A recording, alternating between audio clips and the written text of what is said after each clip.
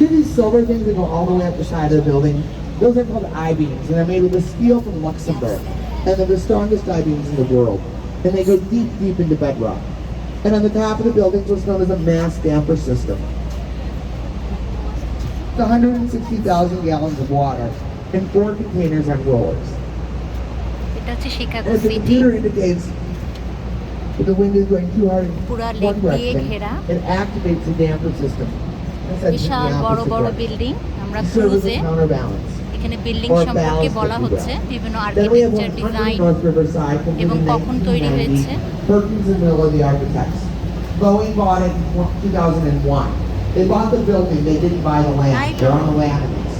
So what that means is that every year they pay money to rent the land upon which the building they own is built. Which is ridiculous. It's just not the most ridiculous thing you're going to hear in this tour today. That's going to come a few more buildings down. Now some of you might be thinking, wait, didn't I read that Boeing was relocating the world headquarters to Virginia? And the answer is yes. However, I had a passenger who works for Boeing and I got the key. They're keeping 450 employees in Chicago and they still own the building. So I'm still just going to call it the Boeing building.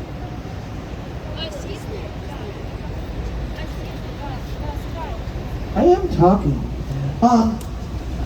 Prima. Now we have 2 North Riverside right here.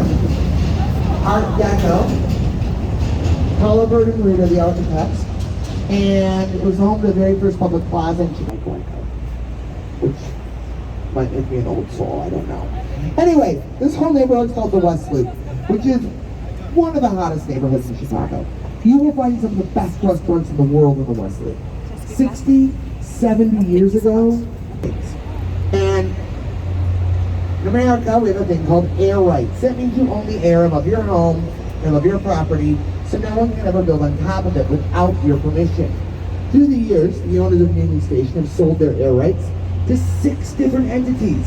And those entities have turned around and resold them multiple times over.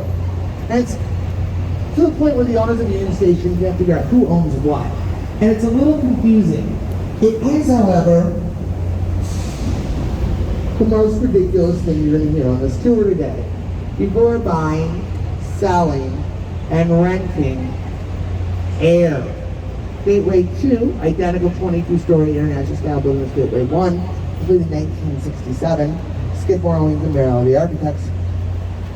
Bruce Graham is the lead architect. Gateway 3 is this white building up ahead, completed in the 1970s. Skidmore, Owings & Merrill are the architects. Bruce Graham is the lead architect. It's also an entrance to Union Station. And not too long ago, বিভিন্ন architect সম্পর্কে বলা হচ্ছে এইসব building এর And so I just sit outside and watch the boats go by. It was me and one of the guys.